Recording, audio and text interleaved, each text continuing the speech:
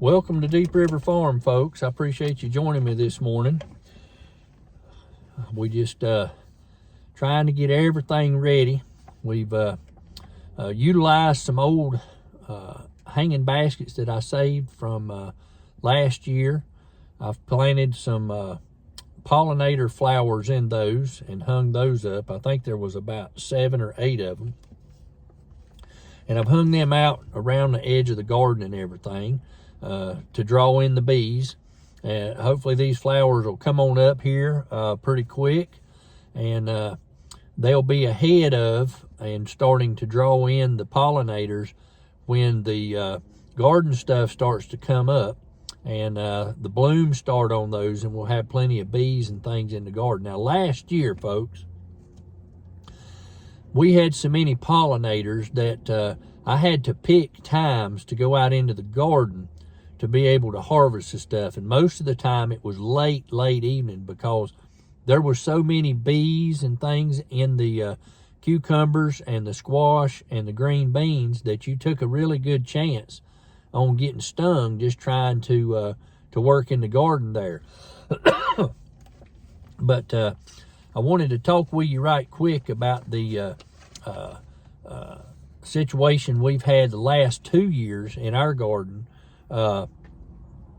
We'll go back 2 years, and my garden was doing really well at that time, and everything I started it about mid-April.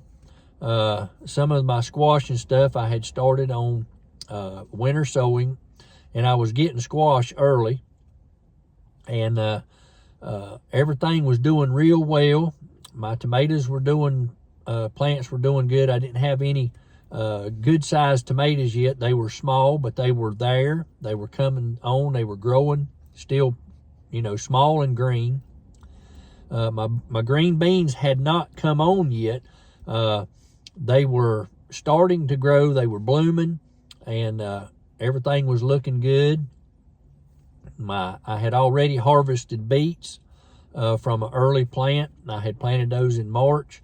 I'd already harvested those, so I was going to use that bed for some late squash and so forth. My cucumbers were starting to come on and everything, and my neighbor's house caught on fire, and that was a terrible situation. And we could see it from the house there, and it burnt plumb down, and it was a very nice brick home.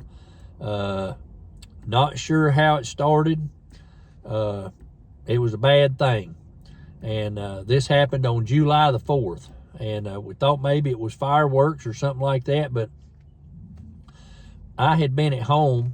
We had been down to the Southeast Threshers reunion and watched the fireworks down there, which we try to do every year, and go down to the Denton Farm Park, and they have a big reunion down there, the old Threshers reunion. If you're ever interested in old farm equipment and old antiques and things like that, it might be something you want to check out if you're in North Carolina.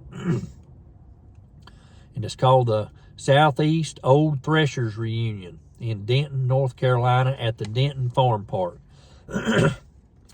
But the house burnt that night, and there was just terrible smoke, terrible smoke, and fallout, embers, just all kinds of stuff. We was worried about our house, all that stuff falling.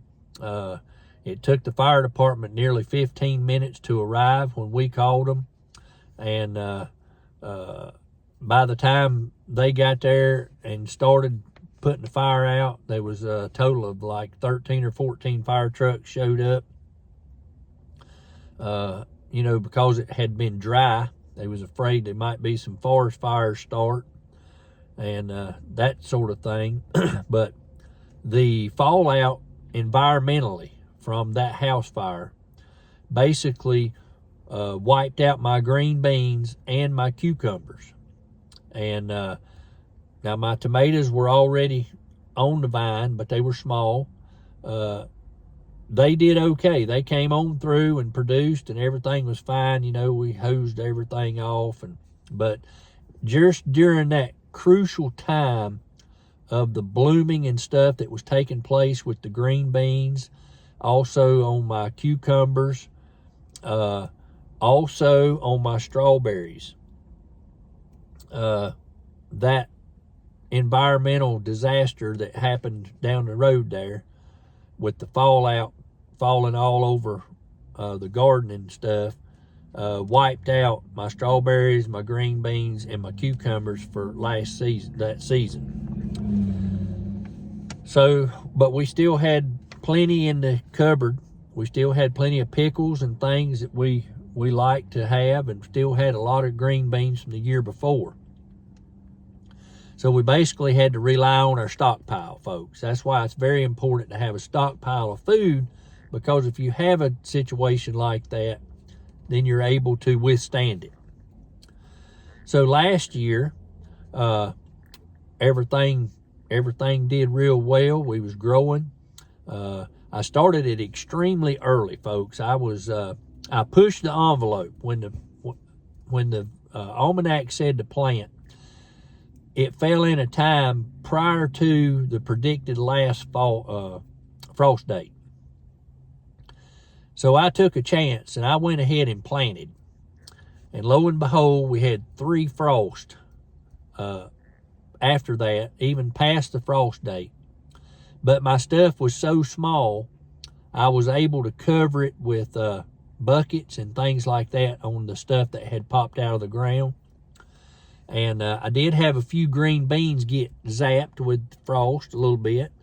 And I just replanted those at the next available spot in the almanac, whether it was in the Cancer or the Scorpio or the Pisces sign. I wanted to get those seed in the ground to keep up with what I already had coming in. So everything was going really well, and then we hit that dry period where we went 9.5 weeks without any rain. Now, in the process of growth for my green beans and my cucumbers, I had a good setup. It didn't faze them. Now, I did use mulch and things like that in my garden to keep as much moisture as I could in there. I did water 3 or 4 times during that period, and I made sure that my mulch was on there to try to maintain that and keep from having to water it so much because it was so dry. I was worried about the well and that type of thing.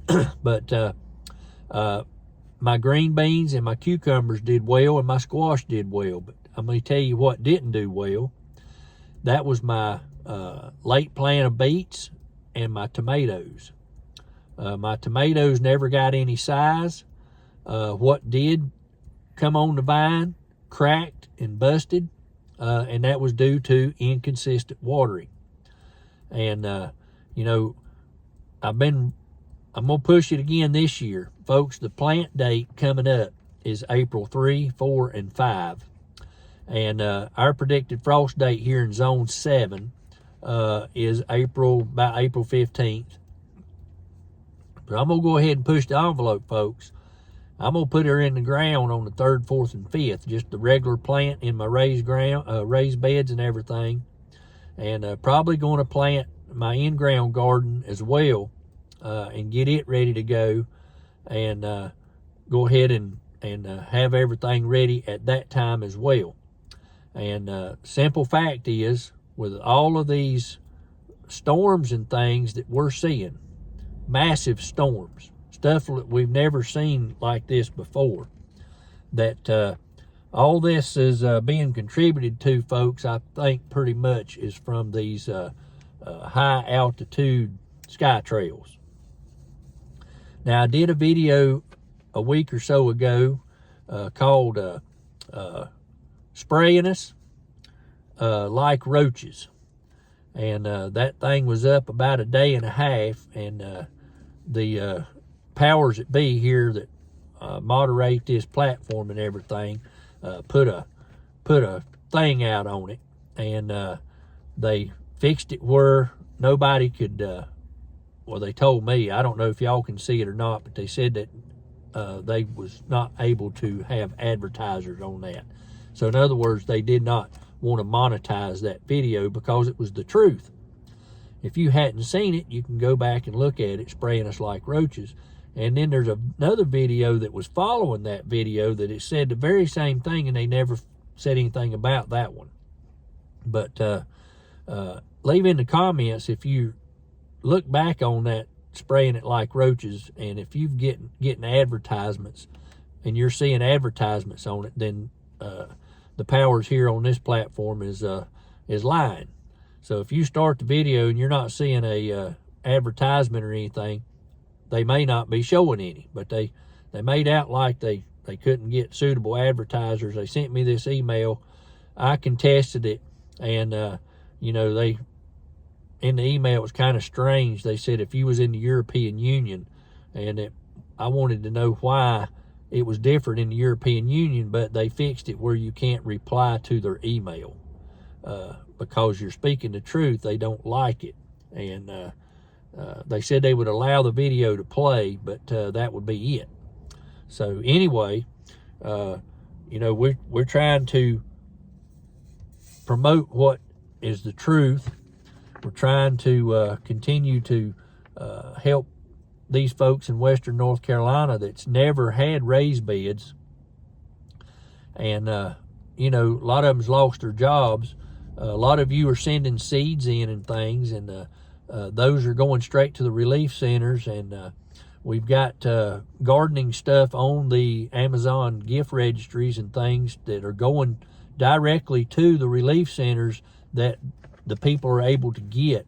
And I know Holly told me yesterday in a text that she put a pallet full of soil, and someone bought an entire pallet full and sent it to the Cry, which is used to be the Red Hill Hardware, but due to an exorbitant amount of rent for a building, he had to relocate about 10 minutes away. And he said it actually got him into a better position to be able to help the people that were coming to Red Hill. He was closer to them and was able to help them more.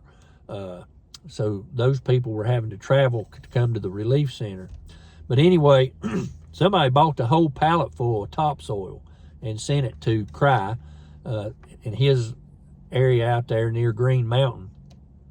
And it's going to be a big benefit to those people, folks. So if you want to help with seeds or a bag of potting soil or topsoil for these folks, there's raised bed kits and all kinds of things in the registry for these relief centers that we're helping support. And you can help because we want to reestablish the food security for those folks in Western North Carolina who lost everything. You know, a lot of them had root cellars, and those were flooded, and all that stuff's gone. They may have had them under the crawl space of their home. All the canned foods and things, they're gone. They had them in their pantries. The house got flooded, washed out. The house is gone. And they've been living off canned foods and things in these relief centers. And you and I know firsthand that in the United States, they put all this junk in your food, all these chemicals that are cancer causing and cause, you know, high sodium levels, lots of sugar, stuff like that. And it's leading to cancer, diabetes, just poor health in general. And we need to reestablish these folks with some good, nutritious food. And with them not having, you know, their dirt got washed away, so they only have a choice of a raised bed now to reestablish their food security, to be able to raise food in raised beds. And I'm trying to show them how to raise more in a raised bed than they could in the ground, and have a nutritious food they can eat now and also can and put up later for next year and for over the winter, to get them off of so much of this junk that people are graciously donating, but long-term effects on a continuously having to utilize this is not good for your health. Let's just be frank about it. So folks, April 3, 4, and 5 here in Zone 7 is the plant date. That is in the waxing phase of the moon as well. I'm going to try to get a jump on it. I know it's about 12, 14 days ahead of my frost date, but I'm going to take a shot at it because environmentally, as all these sky trails and things are going overhead and all this crazy weather that's being generated from it, I want to try to get a jump on this because I feel like we might have another dry spell, and that's due to that same stuff, you know, pulling the moisture out of the air. You know, it was denied for years and years and years, but if you do a little research on it, folks, you'll see that it's very active in what's going on, and it needs to be stopped because it's contaminating the water supplies, the soil, and everything. But folks, I appreciate you joining me. Like I said, April 3, 4, and 5 is our next plant dates. It's in the first quarter of the waxing phase of the moon, and it's a good time to get everything in. And I hope if you're in the higher elevations and it's colder, you can always go to that video called Winter Sowing and learn how to do this under a milk jug to protect it until it gets up somewhat decent size in the milk jug, under the milk jug. And there's another video that follows that says CC Rider provided the milk jugs. Those two will show you exactly how winter sowing works. You can get your stuff in the ground ahead of your last projected frost date. Folks, I appreciate you joining me this morning on Deep River Farm. I hope everybody has a blessed day, and just get prepared. And by the way, if you got a Dollar Tree nearby, they are selling seeds. They're non-GMO, they're hybrid seeds, and they're 31 cents a pack. You can get 4 packs for $1.25. And they got every kind of vegetable that you can grow. They also have flower seeds for planting flowers in your garden to draw in pollinators and things like that. So folks, I appreciate you joining me. Have a blessed day, and thanks for watching Deep River Farm.